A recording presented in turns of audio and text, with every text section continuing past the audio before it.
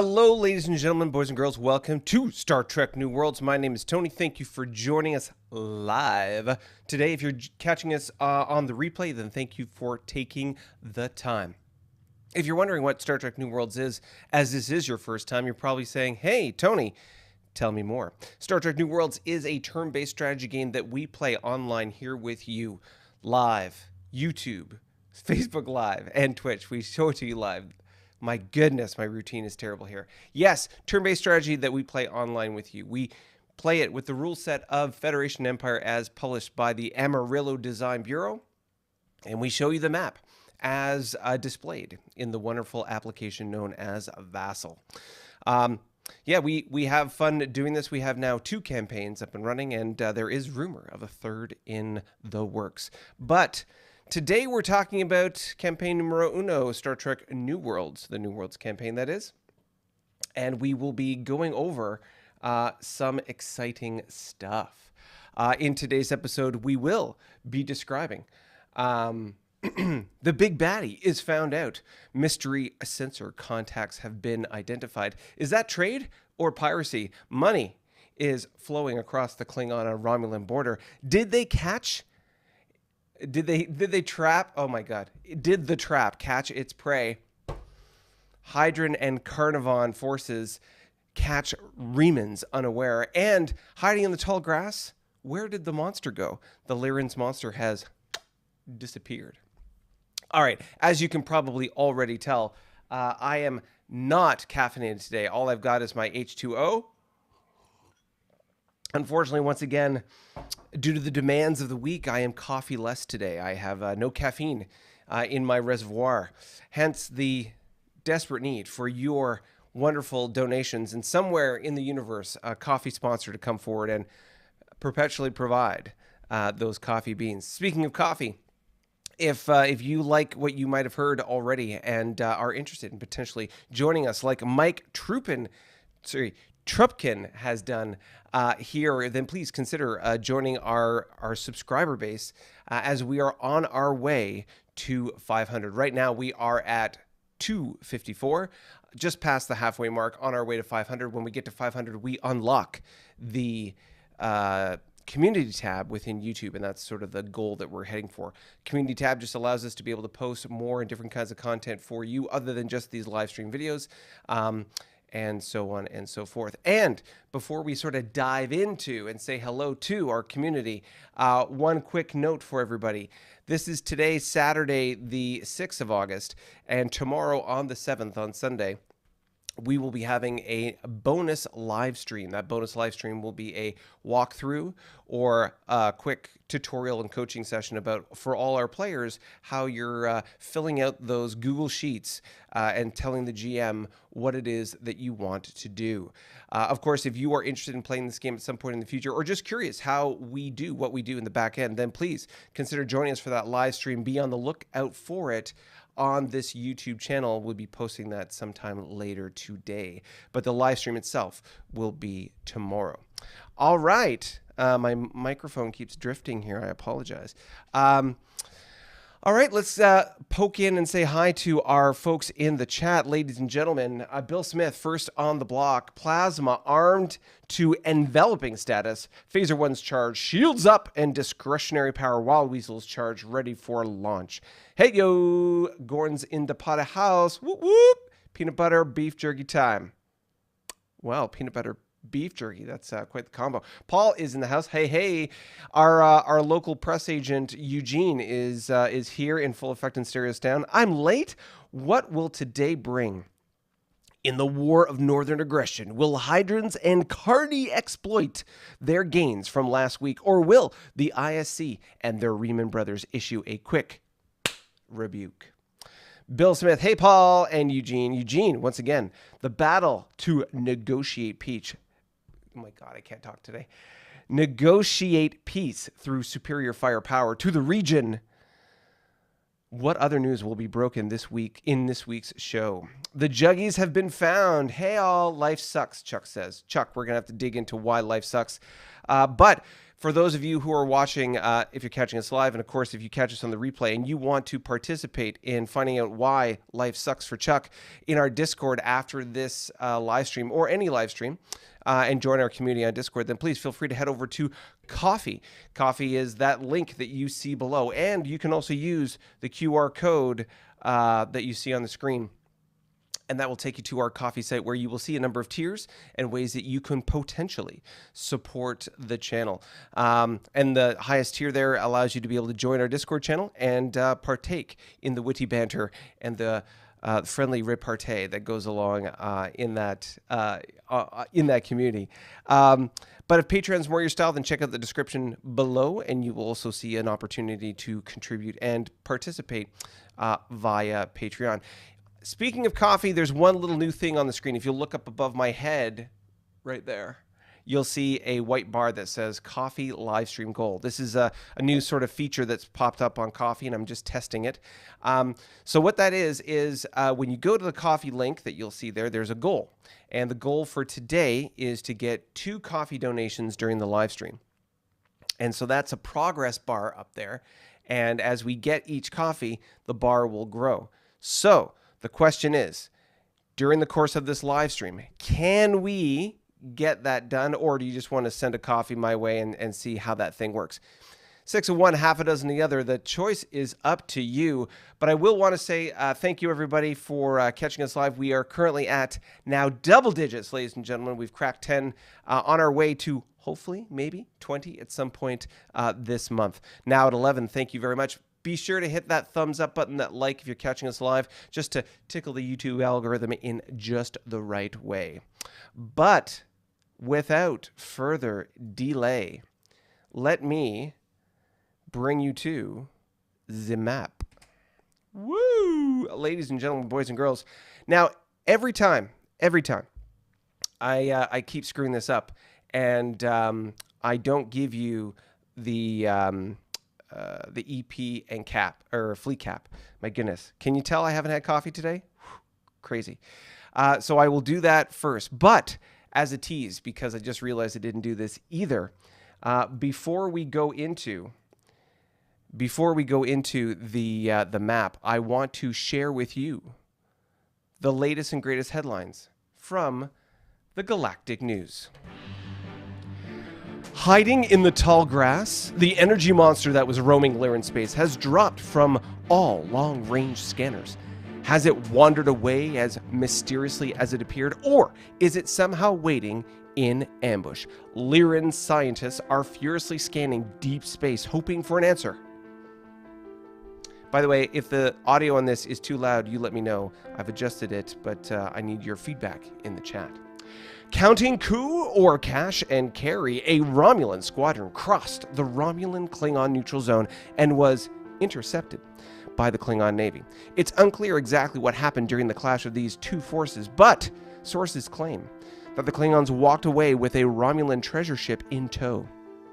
Theft or transfer? Our readers want answers. Back in the pack, the independent nation world of Zoid, which had declared independence only 6 months ago, was brought back into Carnivon polity. After weeks of diplomatic overtures, the Wolf Pack decided that guns speak louder than words. The new provisional government of Zoid released an official statement. We are overjoyed to be reunited with our true partner in peace and intend to be a fully contributing member as soon as we repair our crumbling cities. Say my name. Overjoyed by their liberation by the Reman military, the citizens of Hydraxport and Hydran changed the name of their worlds by popular acclaim. These worlds are now known as New Transylremia and Vanguard. Galaxy Today reporters spoke with the man on the street to find out more. I wish I could do a video of this. It'd be funny. So, Hydran citizen with very few bruises. We've thrown off the shackles of Hydran oppression and embraced the joy of freedom under our Reman saviors. The ISC liberated planet of Hydrax has followed suit and been renamed Veltressa II. turnabout is fair play. As the Reman offensive presses forward, they continue to target Hydran and Carnivon bases and infrastructure. However, the High Command of the Southern Alliance saw an opportunity in this pattern of attack. A combined fleet of Hydran and Carnivon ships ambushed a Reman fleet in Sector Romeo 29 as it attacked the base there, entirely wiping out the attacking fleet. These have the fortunes of the war begun to shift? Only time will tell.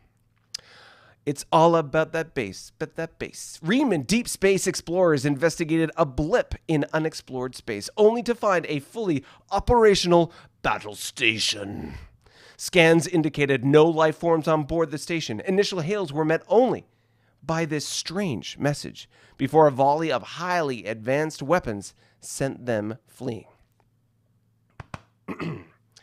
Violators of quantum space identified. Negative match with progenitors. Override protocols. Stage 5 activity level initiated. We're not sure what this means, but here at Galaxy Today, we just want to say that, let's try that again. We're not sure what this means, but we here at Galaxy Today just want to say that should the occasion warrant, we welcome our robot overlords. All right. So hopefully that was entertaining and exciting. Lord Lawless is in the house. Lord Lawless, welcome to the show. Let's get to the map, and I will share with you the info that you want to know. All right, let's talk about the EP and the fleet cap right off the top. Let's not waste any time. All right, EP is there. Fleet cap is a little laggard. We will resize that box. Boom. All right.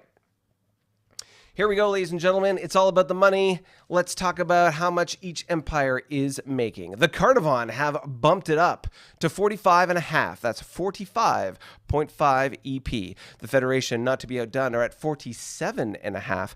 Gorn, sweet 48, staying steady. The ISC, tripping a bit. They're at 42.5. Excuse me, now below the Carnivon and Federation. The Juggernauts, I'm sure we'll get to them soon enough at some point. The Klingons are at an even 53. The Kzinti are a minor faction, never mind that. The Lyrans at 40.5. The, come on now, Remans at 54.5 EP. The Romulans at a sweet 44. And the Tholians, 54.5. So the Remans and the Tholians both at 54.5, leaving the Klingons in the dust at an even 53.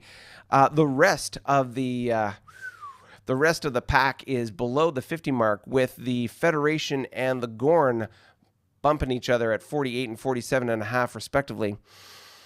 Then we've got the Carnivon at 45.5, the Romulans at 44, the ISC 42.5, and of course the Hydran Empire at 13. 13 for the Hydrans. Excuse me, I skipped them when I was initially going down. Must be the size of that economy. The Hydrans at a lucky number 13. But as we just heard in the Galactic News, things, they are changing. Boom, boom, boom. All right, let's get rid of the money and go back to the fleet cap. The Carnivon are now at an even 100 ships. That's right, 100, with a total attack factor of 232 and defense of 395. Their fleet cap is almost 430 at 429. So there's obviously more than a few crippled ships in the mix. The Federation is at a total of 62 ships at 168, 266, respectively, attack and defense factors. The Gorn at 53 ships at 111, 220. The Hydrans still maintaining the size of their fleet at 63 with 136 attack, 239 defense. The ISC at 89 total ships, 89 at 256 for their attack factors and 374 defense.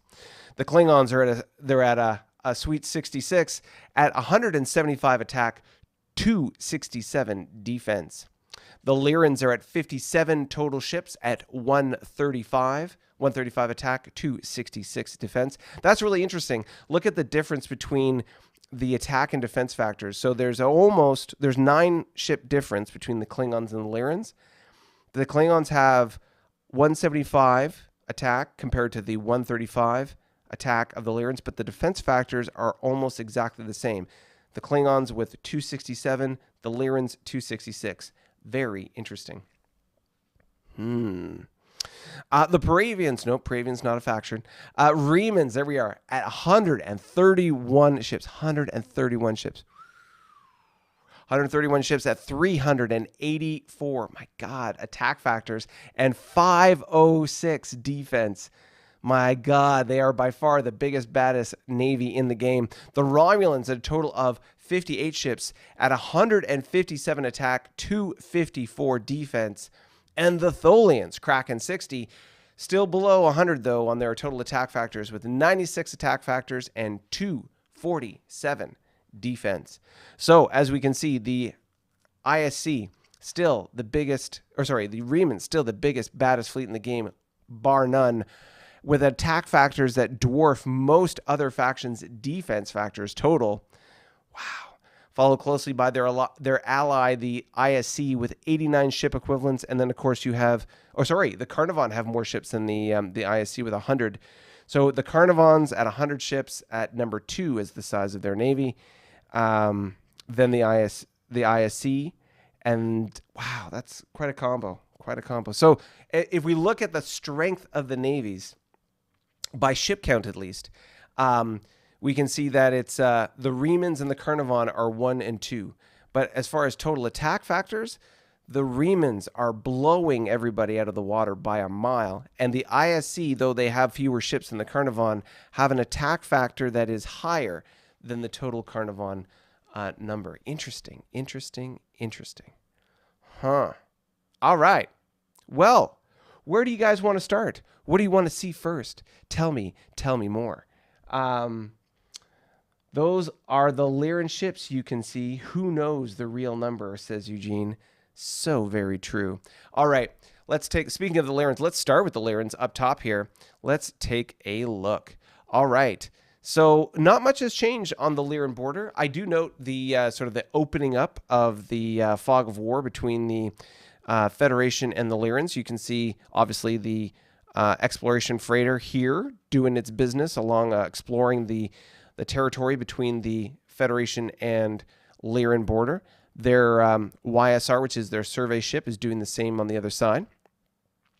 We can see continuing to push sort of towards the center with enemy blood guarding the little base there. We got a tug here, which I would expect at some point might move into DD-15 and build a base there. Maybe, kind of, sort of. We'll see. So we got 1, 2 small exploration freighters doing their business here. 1, 2 exploration or survey cruisers doing their business down there. I feel like there's a survey cruiser. There it is. There's a survey cruiser on top of this YBS, so stacked right there. Interesting that it's ended its turn there. Interesting. And of course, where is the monster? The monster at the top of the map is no more. There is no more... It must have just random movement left the edge of the galaxy and gone off to find its own way. Luckily for the Lyrans, as we found out last week, there was no way you could really hurt it unless you had a ship with special sensors. So very, very interesting. What do we got? We got the YCOM on the YDK. Let's take a look at Farstar's fleet. Any changes to Farstar's fleet? Nope. Same old, same old. Interesting. Home fleet. Is the Lyran home fleet just growing and growing and growing? Should we... No, not so much. I mean, it's got quite a few DDs, but that's no different than last time we checked. Interesting. As Eugene said, these are the ships that we can see, but I feel like there's something that we're missing. I don't know how we could be missing it, but I feel like Chuck has got something in the weeds that he's working away on. We shall see. All right, well, speaking of this side of the map, let's check out the other neighbors on the west side.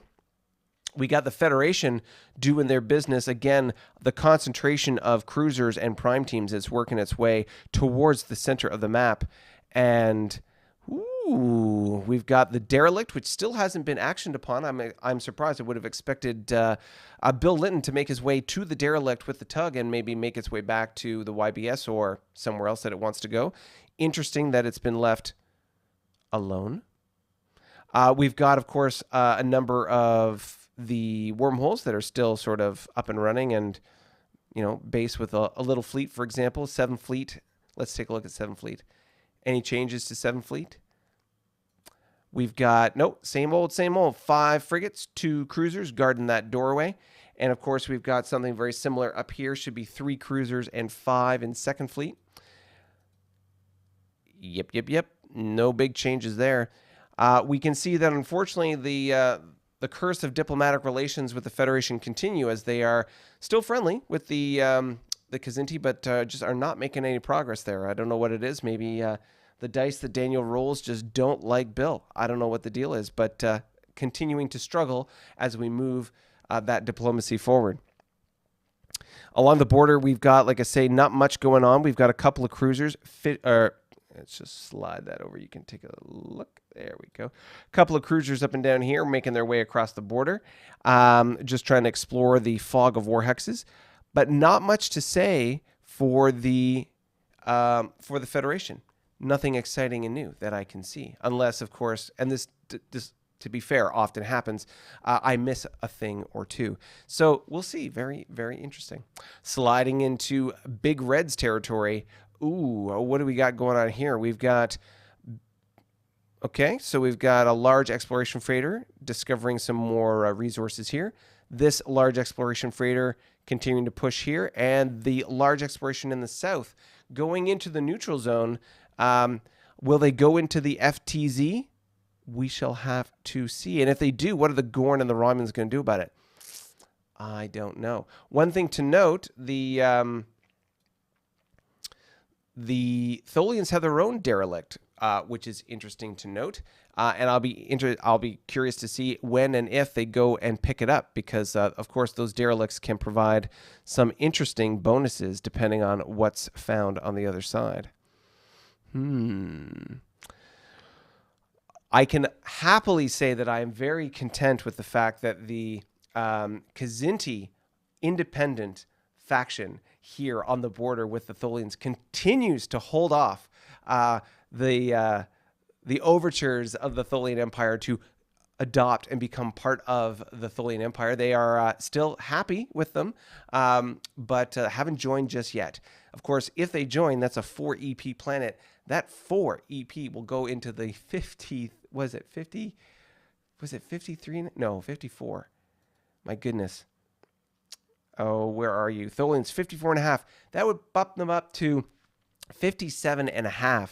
Oh my God, that would be, they'd be the first ones getting close to 60. That is crazy. Yeah, not that I'm trying to encourage anybody on the map to cause issues and friction between the Kzinti and the Tholians, but hey, just throwing it out there. As we roll down, we've got the Gorn. What's going on with the Gorn here? We've got a continued push of exploration. You can see they are creeping forward slowly but surely. The YSR, and this tug with the DD. Now, I think their tug is a cruiser hull, so it's kind of the same thing that the Federation does with their cruiser and prime team combo. But we can see Vengeance Fleet here is holding steady. I wonder if this had been a fog of war hex and they just were exploring it. But if we remove the ships real quick, you can see they're slowly making their progress forward as they push into the FTZ. We can see we've still got mobile fleet. Still got mobile fleet here positioned over the YDK in this wormhole. And of course, 4th Fleet. Interesting. Let's take a look at Gorn 4th Fleet. Oh, CC, 3 DDs, and an FF. Nothing too crazy, but not nothing. Sitting on the border with the Romulans and, of course, guarding that wormhole. I'm surprised to see no real effort to move a diplomat, which is, of course, here, although they're nearly getting this planet into happy status. So I suppose once they get to be happy H+, or happy, they'll move them over to Airy, or the Paravian planet here. What was the name of it? Glory. Move it over to Glory, and then do their best to try and bring them on side and part of the Gorn family. After all, dinosaurs and birds. Birds being dinosaurs just with feathers. So I would be interested to see how they bring those folks into the fold. The Gorn continue with their second and third fleet. And actually, if we slide over here a little bit, you can see, try that again. You can see they've got a light cruiser as well pushing out and doing exploration into their backyard fog of war, which is great to see. Yeah, and again, the Gorn economy is strong, and they are just continuing to push and push and push and explore more and more and more. Very interesting. All right, our other red faction, except red in the south, we've got the Romulans, who I swear they've got almost the biggest footprint next to the Tholians in the game. You can see in the northern part, they are still continuing to push. So I pull back the ships here for a sec. They are pushing into the neutral zone and FTZ. And you can see if I remove the ships, they've got lots of bases here to be able to provide supply up into this little pocket, which they are moving towards. You can see the YFBs are their tugs, so they'll be building, I imagine, this perhaps might build a base and continue to kind of hopscotch their way up the up towards exploring the FTZ in the northern part here. Along the border, we can see that we've got 2nd Fleet and, let's see, 2nd Legion, and then there's 14th Legion Romulans. Legions. Let's look at 14th. Oh, stop. 14th to 11th to 14th. So we can see that 11th has a crippled frigate, interesting to note, and 14 has just a cruiser and a YSN. So they're continuing to do their exploration along the border here. The 2nd Romulan, 2nd Legion, 2 WBs and a YKB. So YKB is a Kingbird, a Y-era Kingbird, versus the WB Warbird at just it's their command cruiser. And so they sent a Warbird across the border. You can see here with the with their convoy. Right now there is commercial convoys going back and forth between the Klingons and the Emperor Fleet. What's in Emperor Fleet?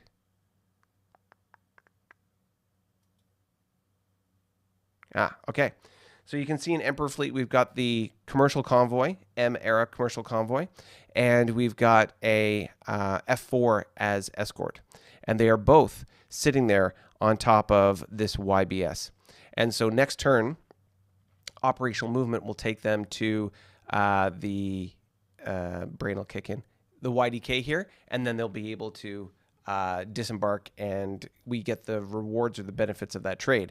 Same thing with the Romulans. They'll move their YCOM 2, and they'll be able to drop it off at this YDK. I assume 2 based on speed 5 as their technology. That was one of the things about this particular campaign. One of the technologies we can explore is speed, and it's one of the criteria you need to go through various milestones. But between Y, which is speed 4, and speed 6, which is for the M era, there is speed 5. So once we got speed 5, to make it a useful tech, what we said is the GM, Daniel, said that once you get to once you get to speed 5, your slow-moving units can move 2. So if that's the case, and I believe that they have speed 5, then this YCOM will arrive and disembark at this YDK, which will allow us the opportunity to build another one and start sending it that way as well. So very interesting to see how this is going to go back and forth, back and forth. Yes, yes, yes. And of course, we can see here on this particular wormhole in the western side, or southwestern side of Romulan space, we have the 1st Legion, a Vulture, Kingbird, and a Warbird, along with, let me see, a frigate and a tug. I'm not sure if, I feel like that base has been there a while, but I guess they haven't really done much there. And of course, 1916 Legion and the various legions here, which are all cruisers and prime teams doing their exploration. Interesting to note, 3rd Fleet, Romulan 3rd Fleet, all the way down there. That's a bigger fleet. They've got 4 Warbirds, 2 Kingbirds, a couple cripples, and a tug sitting there near this. Interesting. Interesting, interesting, interesting. Okay, well, so that's the Romulan side of the map. Shall we scroll up, or what would you like to do? Let's check out the folks in the chat and see how we're doing. Okay, so Chuck saying our survey ship or survey ship that I have in the area. Let's take a look at what this chat is saying.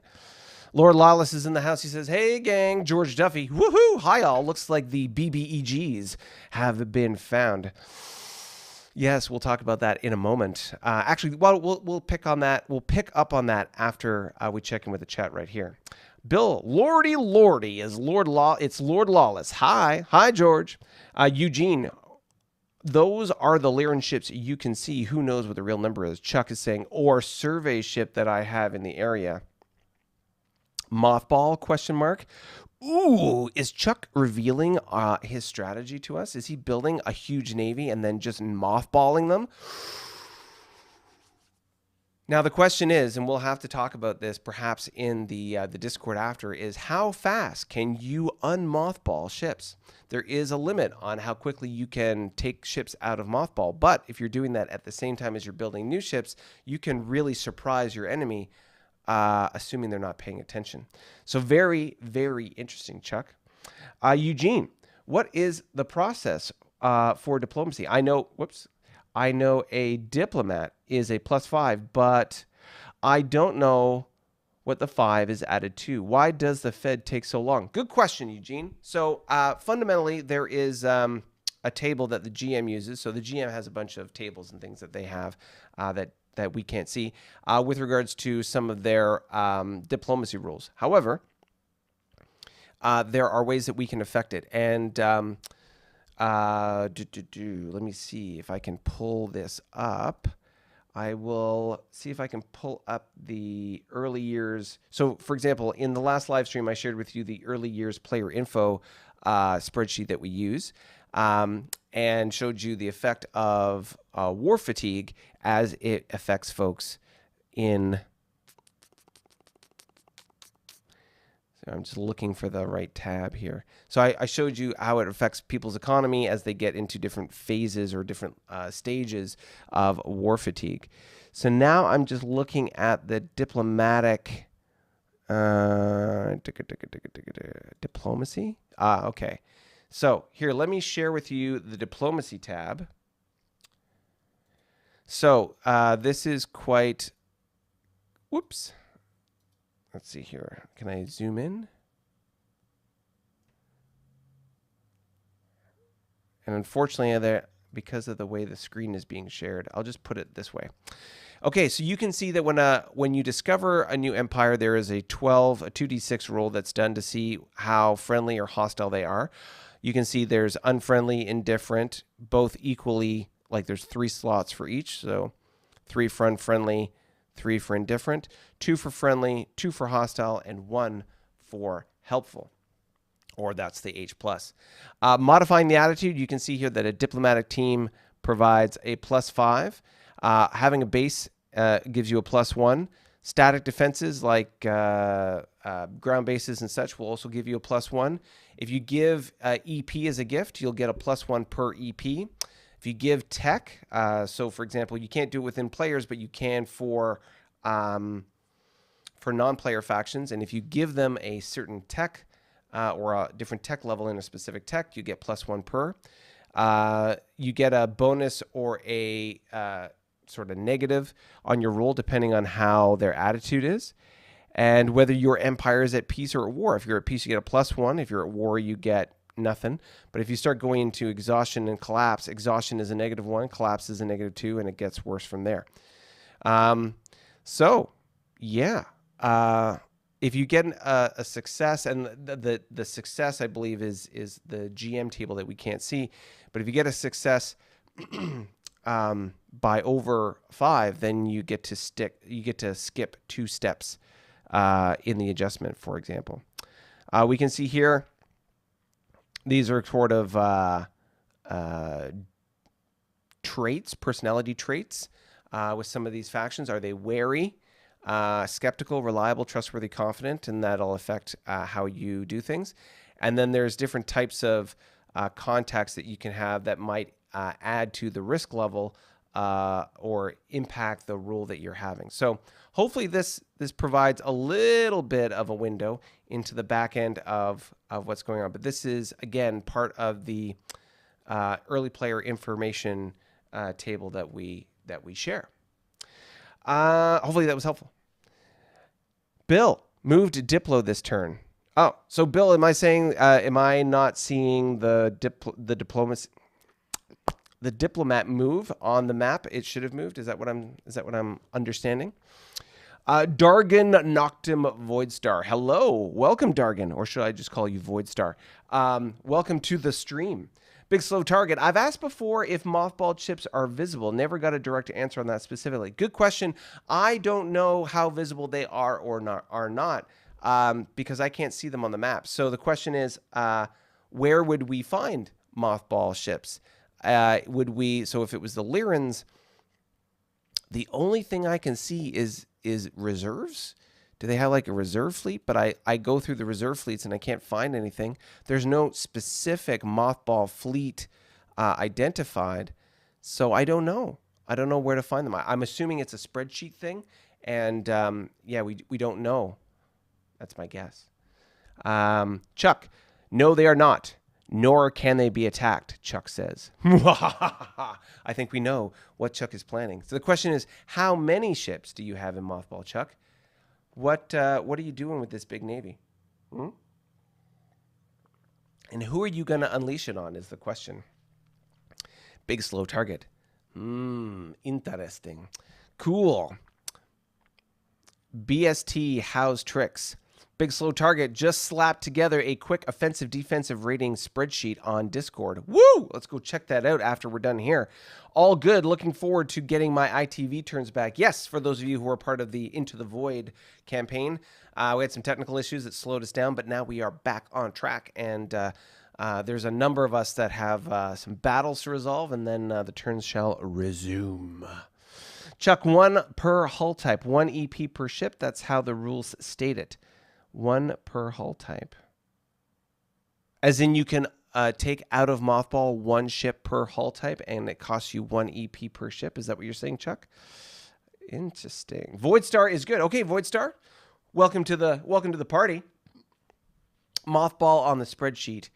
Oh, each empire can have 10 max. Okay, so you can have 10 mothball ships maximum. Interesting. I wonder. Well, I'm very curious, Chuck, as to what you got what you've got tucked away and how you're going to deploy it. Speaking of deployments, let's talk about the map. And I said we would talk about this little guy. Don't worry about this little guy. What's going on? All right, ladies and gentlemen, it's official. We've found the Juggernauts. That's right. It is a BATS, which is a battle station. This is normally so we have in the M era the BATS M, and I believe in late M and or early GW you get the BATS, and the BATS is equivalent to basically a slight upgrade to the YBS. And as you can see here, it's a straight 12. It is a straight 12 attack and defense platform, and so. The question is, if this is the location of a BATS, where is the rest of their fleet? So, for example, I had thought, based on the way the map is, that the center of mass for the Juggernaut faction may be Charlie 27 or Charlie 28. So Charlie 27 or Charlie 28. That was my guess. If it was Charlie 28, that would line up beautifully with a supply route of 1, 2, 1, 2, 1, 2.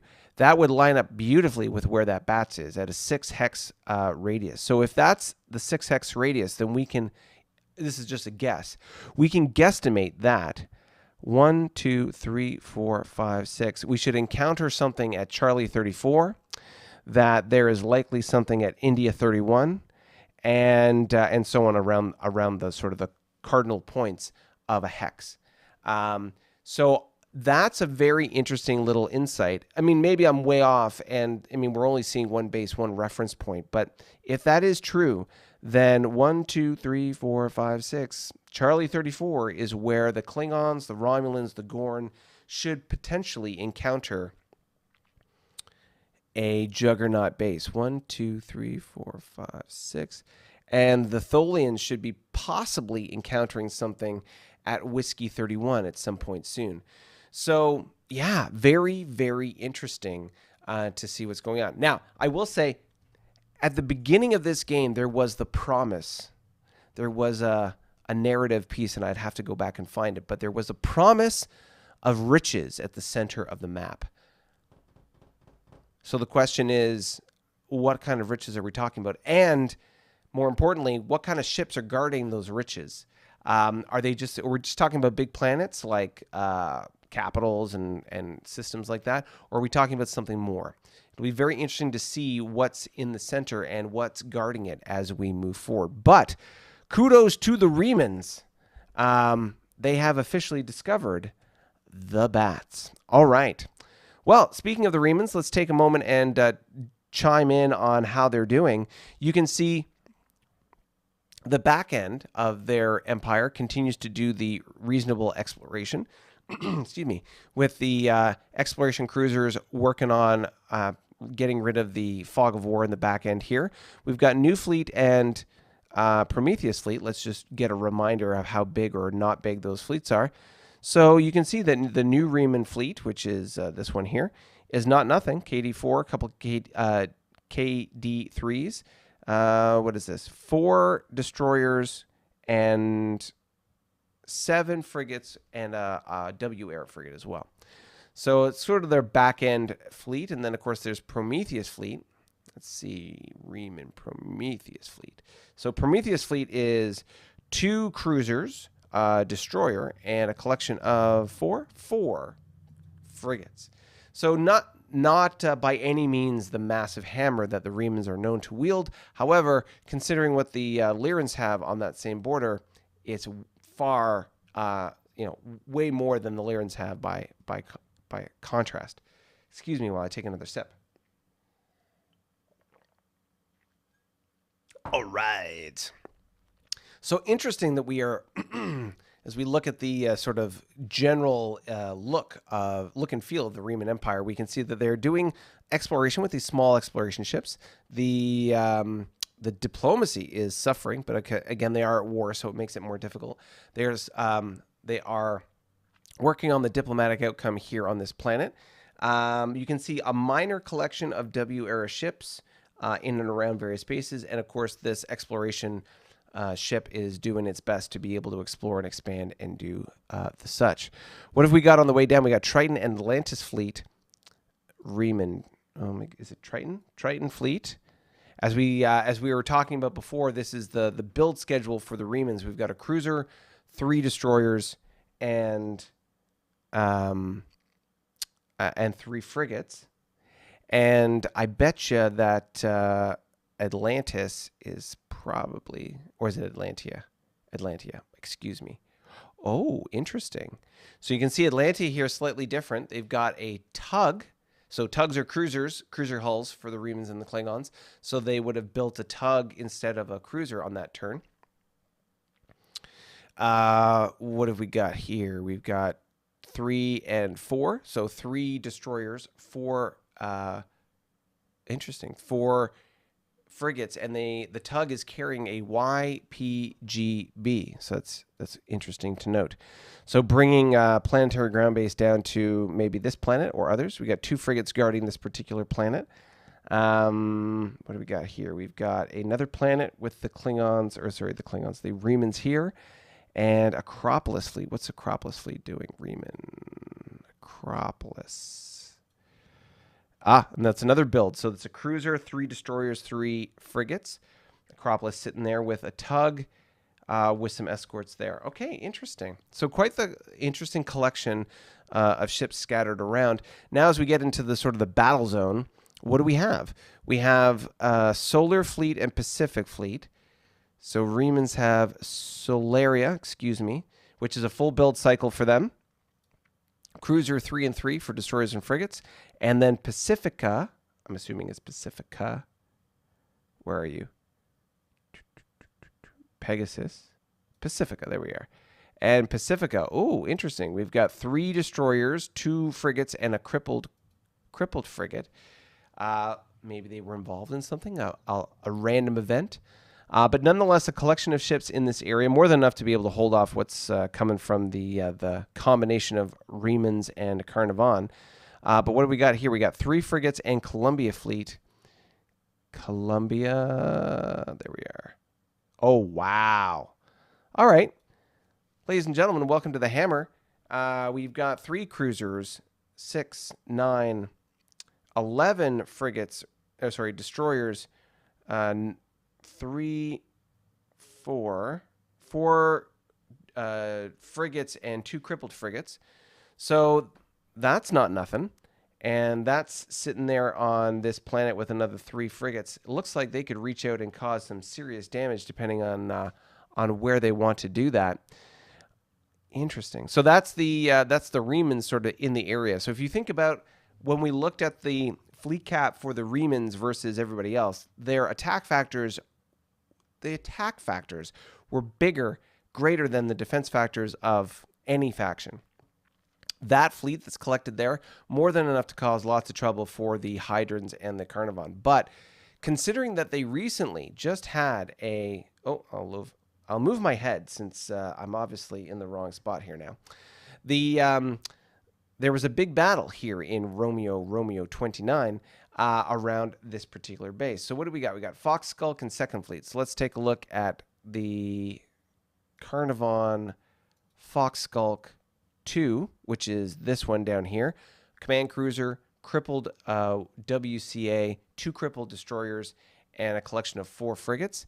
And then, of course, we have the Hydran Second Fleet, which, oh my goodness, 3 crippled Vols, and then 7 Vols, a destroyer, the collection of their command cruisers, which is 4, and then a dreadnought. So, to be fair to the Hydrans and Carnivons, this is not nothing. This is a rather significant collection of forces and on a base, which gives them EW advantage. So I don't see, in the short term, I don't see the Remans kicking them off that particular spot. Interesting. Very interesting. So the Remans have a lot in the area. At this point, it doesn't seem like even their biggest fleet there, which was Columbia, would be enough to be able to kick the kick the Hydrans and Carnivons off of Romeo 29, which is sort of where it seems as though they have their collection of strength. Interesting. All right, let's take a shift over to the ISCs, so the other half of the Northern Alliance. And just looking at their back end real quick, we can see a couple little crippled ships, a couple of minor things, nothing major, so to speak. A couple of what I'll call sort of security patrol kind of things, a couple of destroyers and frigates respectively around some of the bases. You can see a tug here. Looks like they might be doing some SIDS repair. And then, of course, working down to here. So when we come down to the main stack, what do we got? We've got the Third Fleet, which I believe, if we look at the ISC, Third Fleet's probably all their cripples. Yeah, so this is the crippled fleet that they have, and they are slowly repairing all those cripples and getting them back to the front line. You can also see they got a couple cripples over here on this YBS. Just as a reminder, there's a YDK and a YBS here, so those are basically the 2 repair points that they have, and they're sending ships down. What was, oh yeah, the ISC echelons, named echelons. Okay, so let's put that right beside my head. Whoop. So you can see here we've got the Justice Fleet is the one that's here. So Justice is right here. Command cruiser, 3 destroyers, 5 destroyers. Excuse me, 5 destroyers and a command cruiser sitting here on top of this with another destroyer and a light cruiser and a couple crippled light cruisers. So it looks as though this YBS can repair 1 YCL per turn. They've got 2 YCLs there, so that's more than enough to give them a queue of ships to be able to repair, so they'll be able to slowly move that stuff down. That's good. We also notice, of course, the stack in Third Fleet. We have a couple of a DD and a YCL there, another DD here. And then we've got the big stack. Ooh, interesting. Okay. So let's just talk about this stack first. So we've got Enforcement and Truth Fleet. So Enforcement is the big one, second from the top in the echelon here. So that's this here with a Dreadnought and Prime Team, Cruiser, 6 YCLs, 7 DDs, a Frigate, and a Prime Team, and as well Truth Fleet, which also has another DN, another CC, 4 Prime Teams total, another CA, another 6, so 6 plus 6 is 12 YCLs. 5 plus 7 is 12 DDs, and then a commando cruiser and a frigate. And what other kind of random stuff do they have here? Come on now. A tug, 2 tugs, and another YCL. So they've got double digits in both destroyers and YCLs. They've got a healthy contingent of cruisers, 3 of them, 2 dreadnoughts, so more than enough to be able to hold that back. They've also got the Remans, Cerberus, and Athena fleets there. So let's just take a quick look at those. Cerberus and Athena.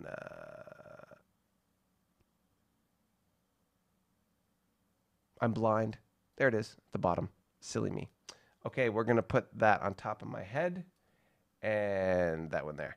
Okay, so what we can see here is that you've got the Dreadnought for the Remans, a command cruiser, 4 cruisers, and 6 destroyers. Plus, in excuse me, in the other fleet, they have 2 other destroyers, so that's a total of 8 destroyers, and then 6 frigates. So just the cruisers and the Dreadnought alone make this a dangerous fleet. But of course, the ISC have their own dangerous fleet there as well. And there's nothing in the neighborhood, if you look, there's nothing really in the neighborhood of that capital system that really threatens the ISC position. What we've got here is just a number of crippled ships and basically just frigates, which I'll be honest, if I'm the ISC, I'll create task groups with the ships that I have and just go out and pop those, like just eliminate those crippled ships as easily as I can. Assuming, I'm trying to remember, I think based on what we saw on the income, the Hydrans go first. So it'll be interesting to see how the Hydran and the Carnivon decide to respond to the Northern Alliance. But yeah, we'll see how that goes.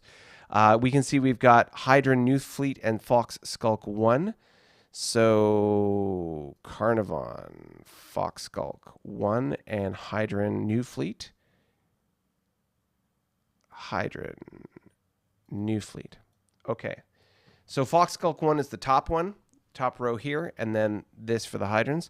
So this is the closest sort of threatening position to the ISC. And as you can see, 1, 2, 3, 4, they're not within striking distance of any ISC assets. But of course, it goes the other way too. The ISC don't have the ability to reach out and touch this base. But you can see that the Hydrans have a Dreadnought, a couple of frigates, and of course, the big fleet for the Carnivons, Dreadnought, command cruiser, 2 cruisers, 4 bombardment cruisers, 2 crippled ships, and then 2 crippled drone bombardment destroyers, and then a frigate or 2 frigates. So overall, that's sort of like the big hammer for the Carnivon, the Hydrans in this area. So what do we see here? I think it's good sort of to take a moment and take a breath and see what we've got.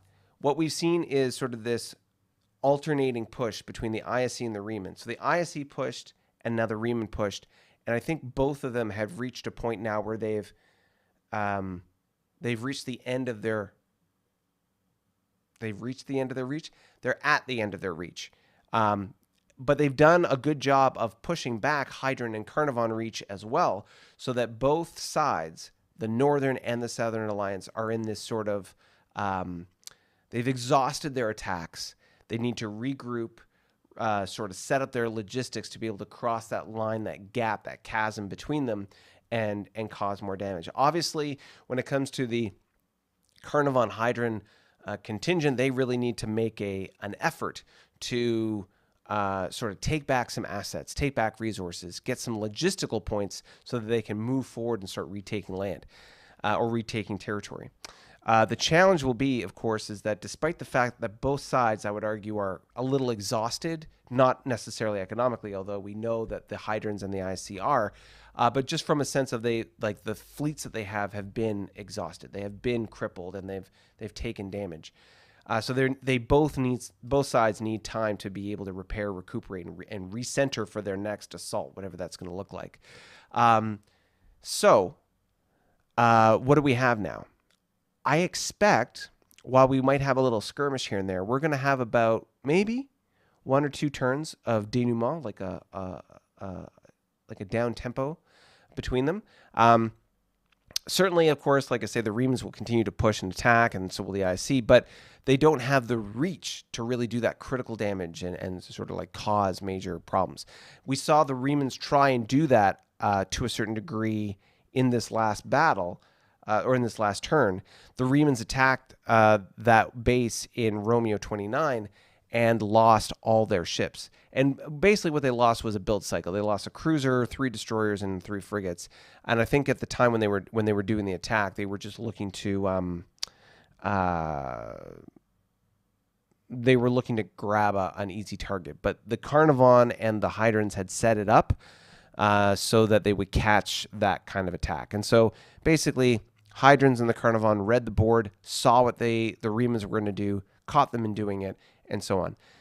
It's really important for us as players, when we don't have initiative, to take into consideration what might happen and write orders in such a way that would hopefully prevent things like that from happening. But at the end of the day, the Remans were just having fun and blowing up stuff and tried their best to be able to cripple more ships or inflict more damage once they realized that they were not going to be able to sort of get away. But again, this goes back to my whole idea about the reach. We're at the point now where both sides do not have supply to each other, and arguably they could draw a line. They could draw a new neutral zone, basically somewhere along the 27-28 line, and that would functionally represent the areas of control that they have and the areas of supply that they have. Because let me just illustrate for you. I will take away the ships and only show you the supply. Where's the supply menu? Supply menu, Hydrans. And we know that the Hydrans have supply 4, so let's set that as supply 4. That green is the effective reach of the Hydran Empire. Now, let's add on top of that the supply for the Carnivon. Boop. And we're assuming that they also have 4, because I can only set the supply at 1 number. So between the Carnivon and the Remans, the Carnivon and the Hydrans, this is the total reach that both factions have. And you can see that there is very little, like there's 2 resources the Remans have that the Hydran and or Carnivon supply can reach. They just can't reach out and fight back. Now, if we take off the Carnivon and we take off the Hydran supply, and now we put on ISC and Reman. Now I know that I'm going to assume, whoops, that's not the one I wanted. We're going to have a menu pop up there.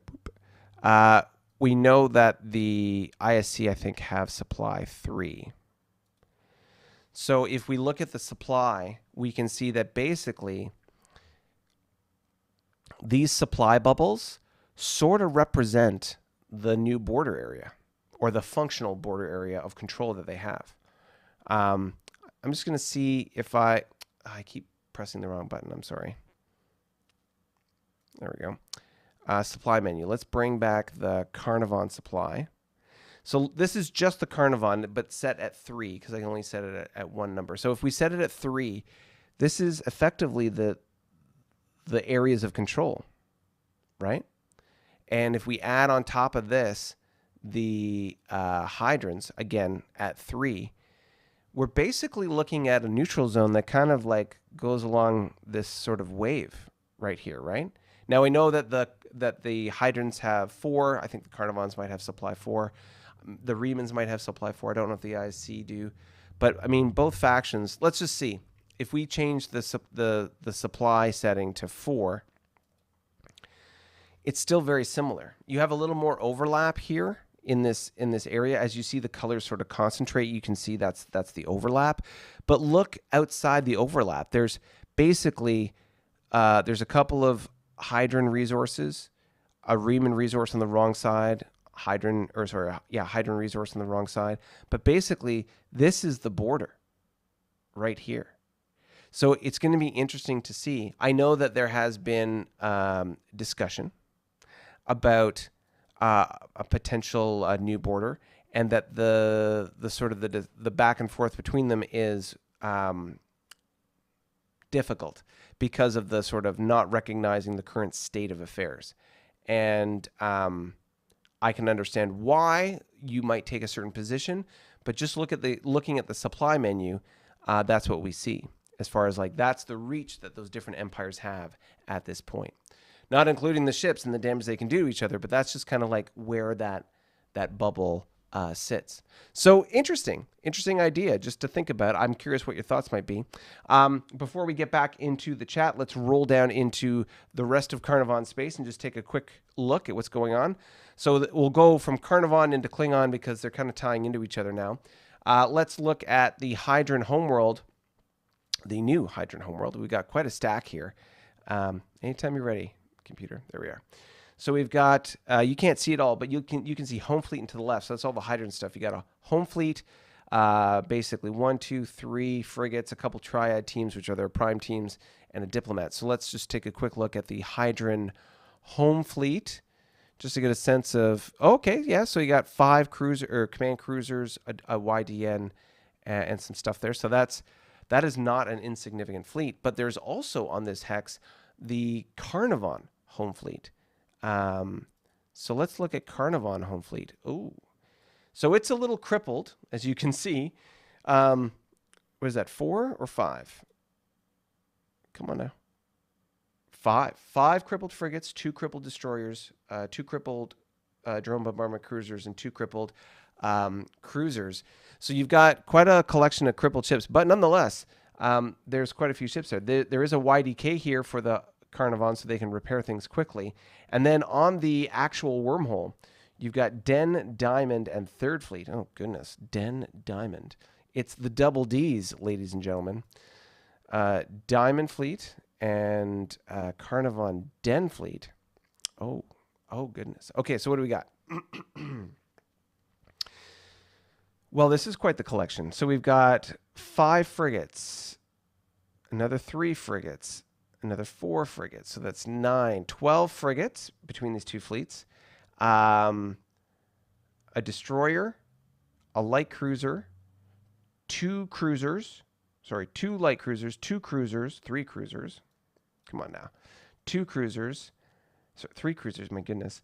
A YCC, a YDN, drone bombardment cruiser, and a drone bombardment destroyer. Let's just make this a little bit tighter, shall we? Drives me crazy. All right, we're going to put you over there, and we'll put you there. Okay, so we've got a total of 7 frigates in this fleet, a drone bombardment destroyer, a light cruiser, 2 CAs and a drone bombardment cruiser, a CC, and a DN.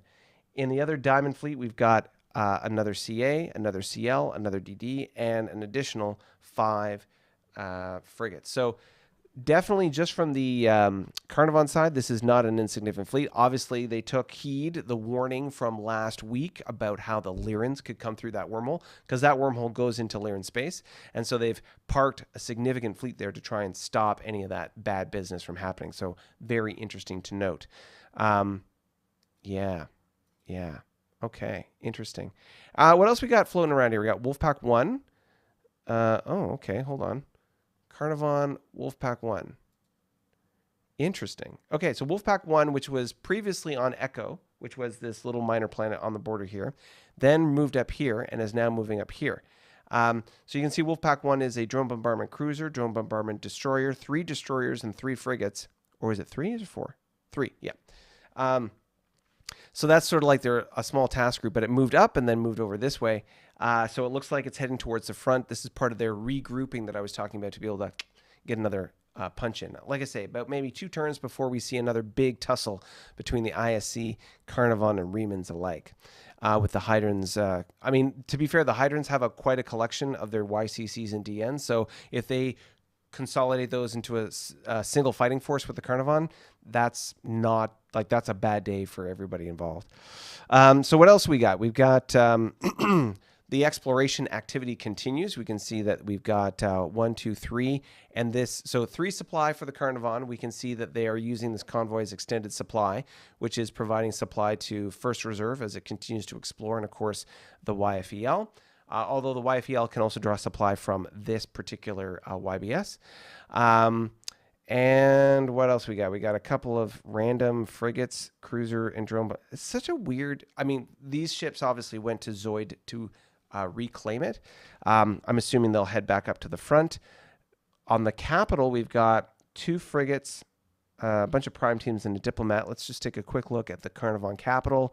Anything else they're hiding there? Nope. Ground bases 4, 2, and 2 respectively in a YDK. So they're just looks like they've just got I'm not sure why the frigates are there other than just basic patrol, which is good. Coyote 1, which is the sort of, we'll call it the babysitting fleet for the Klingon border. And so we can see we've still got a DN there, CA, drone bombardment cruiser, CL, and 5. Is that 5? Come on now, play nice. I love Vassal.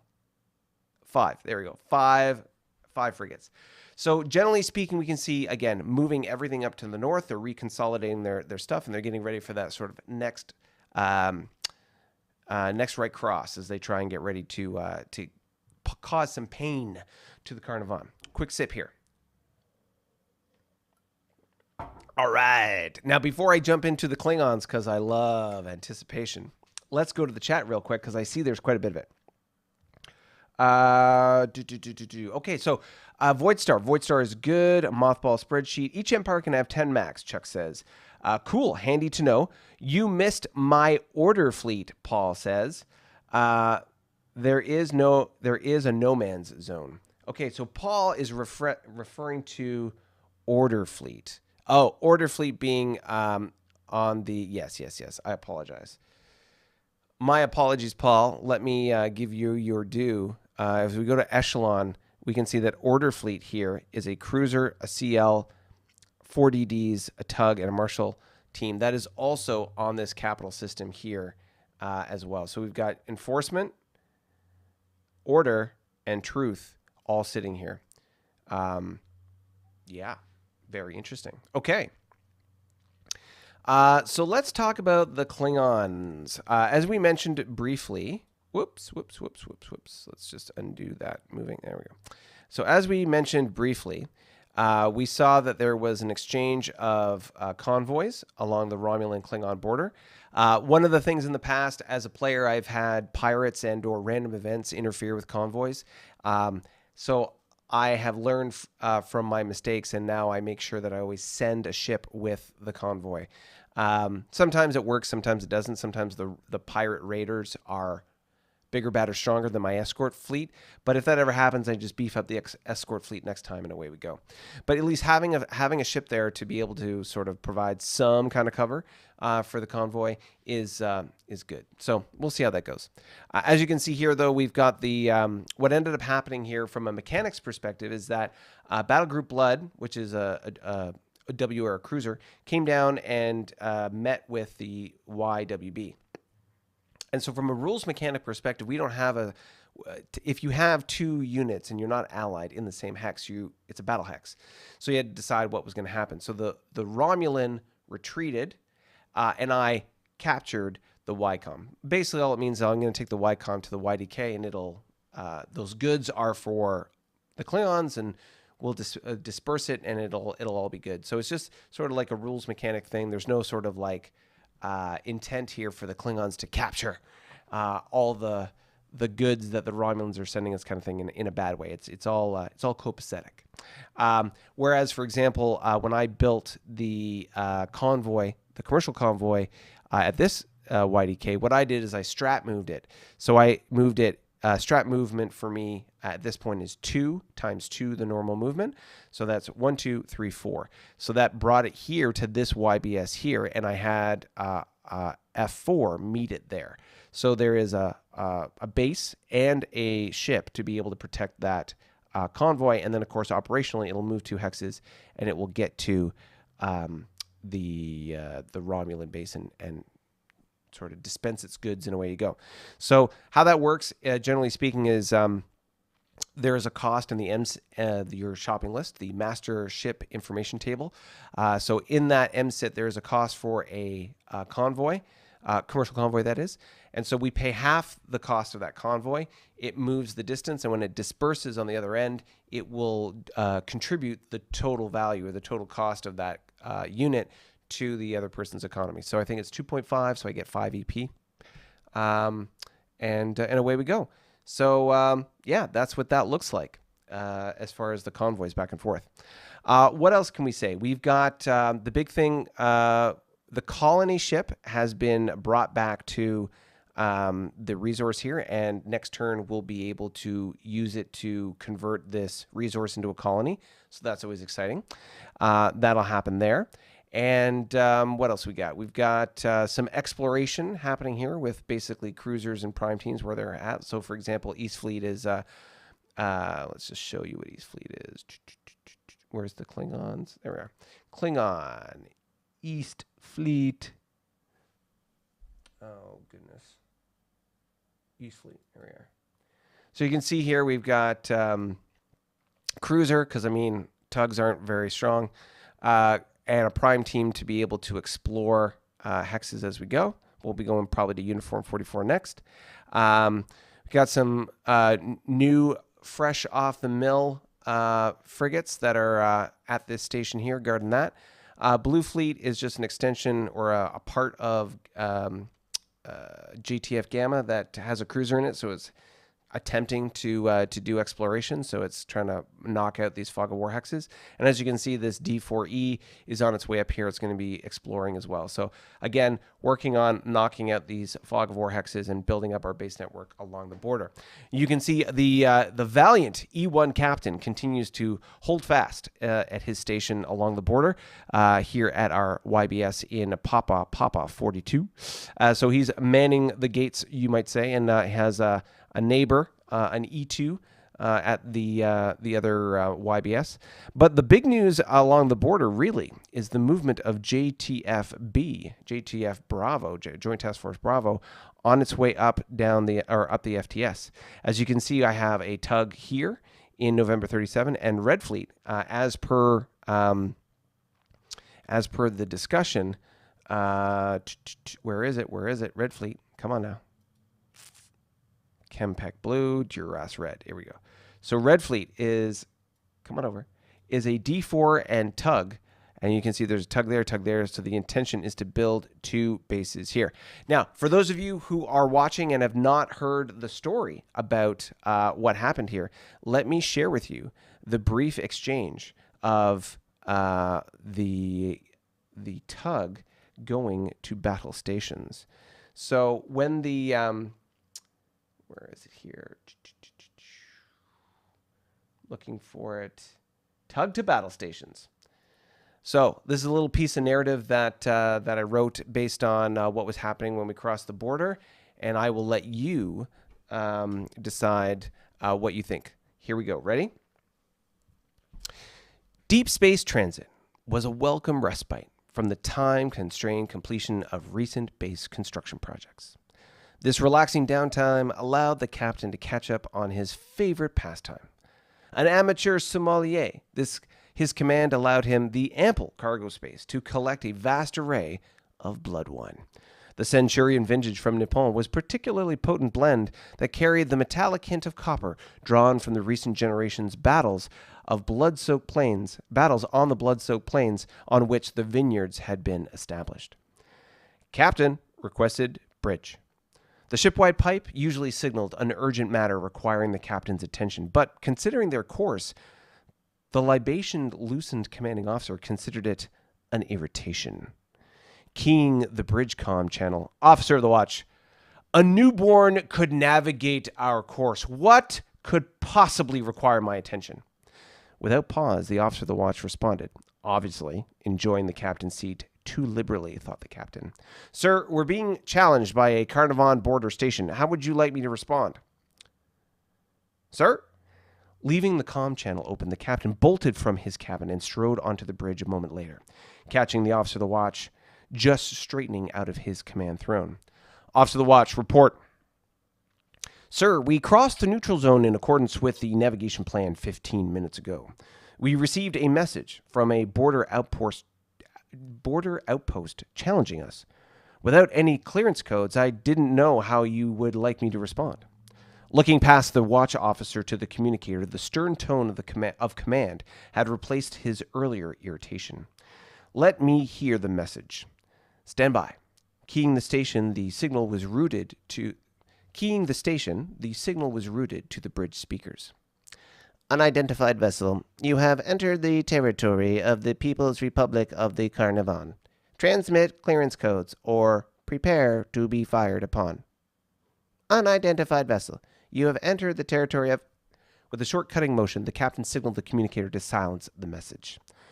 "This is a bureaucratic problem. We shouldn't be challenged en route to the FTZ unless the regional administrator failed to notify Carnivon authorities of our transit plan. Signal Imperial Command that we urgently require clearance codes and a point of contact with the regional Carnivon authorities. A delay could result in a confrontation with Carnivon Constabulary and delay our construction schedule." Taking a seat in his command throne, he shot the officer of the watch a knowing look. "The good news is this was an automated message and we have time. The bad news is we don't have any codes. And I'm not letting an AI delay us. Our response from command will likely be delayed. Signal the IKV Kitak. We are assuming battle stations. Lock a firing solution on any Carnivon vessel that comes within weapons range. We are not taking any chances." The pale white light of the bridge shifted to red as the klaxons began to sound and the Klingon battle tug assumed action stations. Response from the Carnivon. "Override message from People's Navy, Central Military District, 2 Klingon vessels. Apologies for the automatic message. Free trade zone traffic for you is authorized. If we can assist you, please contact us on this frequency. Otherwise, have a safe journey." Message ends. A live mic. "Citizen Commander, have the Commissar give whomever is responsible for changing that message a long talk." To which the GM responded, "Trouble a brewing." But that is the narrative there with regards to what was going on the border. Basically, crossing into the neutral zone, and based on we are not allies. There was shall we say, a confrontation of sorts, and so that is the narrative surrounding that. Tell me what you think. Going into the chat, I can see you guys are livening it up. Can't talk today. I should just stop trying to talk. Okay, you should be at war, Tony? Question mark. Hold on. Let's try it. Where are we at here? There is a no man's zone. Paul Williams. You should be at war, the Tony? Question mark. I think that means to say, he's saying, shouldn't you be at war? And the answer is yes. Because I was crossing Carnivon space through the neutral zone, and this was a mistake that I made because I didn't think about this until after I issued my orders. And I thought about it. I was looking at the map, and I sent the GM a message and was like, I just noticed this, and based on the assumption, does this mean I have to go to war? And the consensus was yes, I have to go to war status. So that sucks because now I'm at war status for a minimum of 4 turns. Hence the narrative there about having to assume battle stations and so on, and sending a message to command and yada, yada, yada. So because I didn't travel directly through the FTZ, which if you look at the map, you can see there is a line here that I could travel, which would have been fine. Instead, I went into this neutral zone and then transited this way across Carnivon space. And because I cut the corner, I assumed war status. So that sucks. I didn't intend that to happen. So whatever, it is what it is. So yes, I'm at war status due to that muck up on my side. Carl, I must know what vassal modules are the counters from. Well, Carl, this is a adapted version of a sort of like a standing F&E module that exists within Vassal. So in this version of Vassal, which is the 3.x version of Vassal, there was a Vassal module that was created. I don't know who initially created it, but you could find it. You can find it publicly on the Vassal website. There is a module for F&E.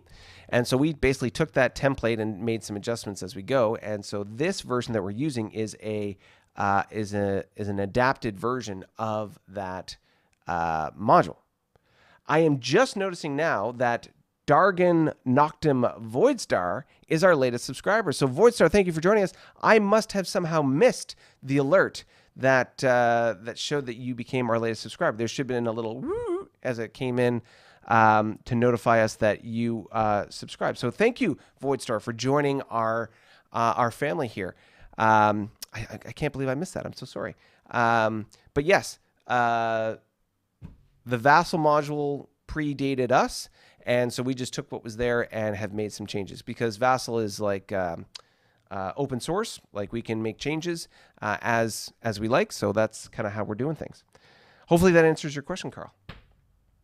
Bill Smith, 3.8, I think. Yeah, so our version, the version of the Vassal mod of this particular game is 3.67. Eugene, are the ROMs sending a Y convoy and are Klingons sending an M convoy? Yes. Or is there a difference with the new tech level for commercial convoys? Yes, the Romulans are sending a Y because that's what they have. Yes, the Klingons are sending an M because that's what we have. But there's no significant change on the EP exchange. It's still the same. Bill Smith. Sorry, Carl. 0.80 FEK5. Yeah, so we have two different versions of the Vassal module. One for New Worlds, which is the one that you're seeing on the map when I show you. We have a different iteration, which we call a slightly different file name for Into the Void, which is just a different module because it has different counters and units that we've popped in and various other things like that. Eugene. When the road to the north is done, will the E1 captain escort Coyote Blood 1 to the combat zone? It would be suiting, wouldn't it? I believe that captain has received his orders in that context and shall be going forth and assisting the Carnivon in some way, shape, or form. We shall see. Carl, thanks, Bill. Bill, no sweat, Carl. Carl, I've been thinking of tinkering with the module myself, mostly adding some quick and dirty Andromeda encounters. Thanks for the answer, Bill. Squared me away. Voidstar, that's okay. A lot going down on I own the F&E board games, but looking to play online. Yeah, well, hey, this is, it would be great if at some point we could do a live, because using Vassal, you could play a game live, like you would at a sit-down table and play a game that way. So we could do that theoretically in the future, but just the way, because of the number of players we have and everything and sort of time management, the turn-based way works best because we're essentially playing by mail, right? We're playing by email in this case. And we use the map to populate, where our counters are and away we go. So it's not in real time, but we could conceivably do a real-time game because that can exist using Vassal. We'll just have to see. We'll have to see how that sort of maps going forward. All right. So let's finish off with the rest of the Klingons as we go in here.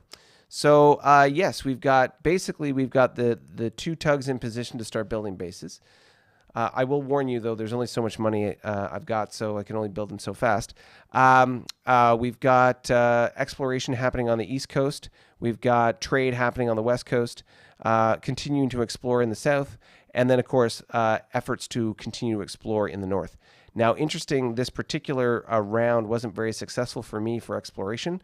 Only Oh, well, I guess both of these guys were successful. That's good. And as we're getting closer, like I say, I'm looking forward to, what was it, Charlie 34? Charlie 34 being the potential contact point with the Juggernauts. So we'll have to see as we're getting closer and closer and closer. Very, very interesting. But yeah, that's what it looks like as we are going here and marching our steps forward towards, as far as the Klingon side goes, building out what we got. So, question to you, my friends. Do you think that the Klingons should start building a massive fleet now that we're at war status? Build a massive fleet and start sending it north to start engaging the Remans and the ISC. Should I do the same and head north and sort of establish a pocket Klingon property, shall we say? Kind of in the spirit of what the Hydrans had mentioned before, but I just didn't have the logistics to support it. Should I instead go up and maybe poke my nose through that Tholian wormhole and say hi to the Tholians on the other side? Can they handle the heat that I've got? I don't know. We'll have to see. Or is there some other course of action that that you think the Klingons should take, or any faction for that matter? What is Chuck hiding in those mothball fleets? What is the Federation deciding to do? It's very quiet on the blue front. The Tholians have, although stirred the pot, decided to back off because the Reman ISC combo is just too much for Big Red to handle. The Gorn continuing to push towards the center. How are they going to slice the pie with the Romulans and now the Tholians pushing in from the north in their FTZ? Speaking of the Romulans, as we go back and forth with our trade, how is that extra money going to be able to fund them to be able to explore north and build that economy? Are the Carnivons and the Hydrans counting their days until they're done? Will the ISC and Reman tide wash over them? Who knows? You'll have to tune in next week to find out more. Very exciting to say. You're playing Klingons. Of course you should build a giant fleet and conquer people, Carl says. Yes, we should. Eugene, prepare for the juggy fight to come. You will need the ships. So true. So very excited to see how this is going to pan out in the long run. There's all sorts of interesting angles that are coming. And I'll leave this thought with you. Assuming that the war between the ISC, Remans, or the Northern Alliance and the Southern Alliance doesn't end anytime soon, but will only end with either the elimination of the Hydrans completely, and then the Carnivons hopefully will go to peace at that point. But effectively, you'll have one side of the map, or for one faction gone, three factions effectively economically crippled. What is that going to do for the dynamic in the game? Are the Tholians going to come through at that point? They got to be close to MTech. What are the Gorn going to do? How are the Romulans going to potentially go through that wormhole and poke fun or stir the pot with the ISC and the Remans? We know the Gorn have a wormhole there. What's that going to mean? Basically, there are multiple vectors of attack that the Remans and the ISC have now opened themselves up to. What is that going to look like after their conflict with the Hydrans and the Carnivon are done? Once the Eastern War is complete, what is the rest of the galactic map going to do in response? Are they going to take advantage of the damaged economic status of these other factions and get in and try and do some damage to them while they're down? Or are they going to fight amongst themselves? Are we going to see regional conflicts, east, west, north, south? What's going to happen? We know that as of right now anyway, the alliance or the mutual defense agreement between the Gorn, Romulan, and Klingons is strong. We've had no conflict there. The trade is building between them. The Gorn and the Romulans seem to be collaborating with regards to exploration in that large FTZ. The Tholians seem to be getting in on it, but what does that look like? And, as Eugene said, what is the E1 captain what role is the E1 captain going to play as we march forward? The dynamics of everything are shifting. And now, of course, that we know where the Juggernauts are, how are they going to factor in? Are they going to come out of their pocket, their bubble, or are they going to just hold fast and hold the line against the pressure of these outside player factions? Who knows? Who knows? It's going to be exciting. Okay. Voidstar says, Klingons and Big Fleet makes sense. I couldn't agree more. Woohoo! But how is that going to go? And don't forget, tomorrow, after this live stream's done, I'll put up a sort of a thumbnail and live stream notification for the tutorial tomorrow.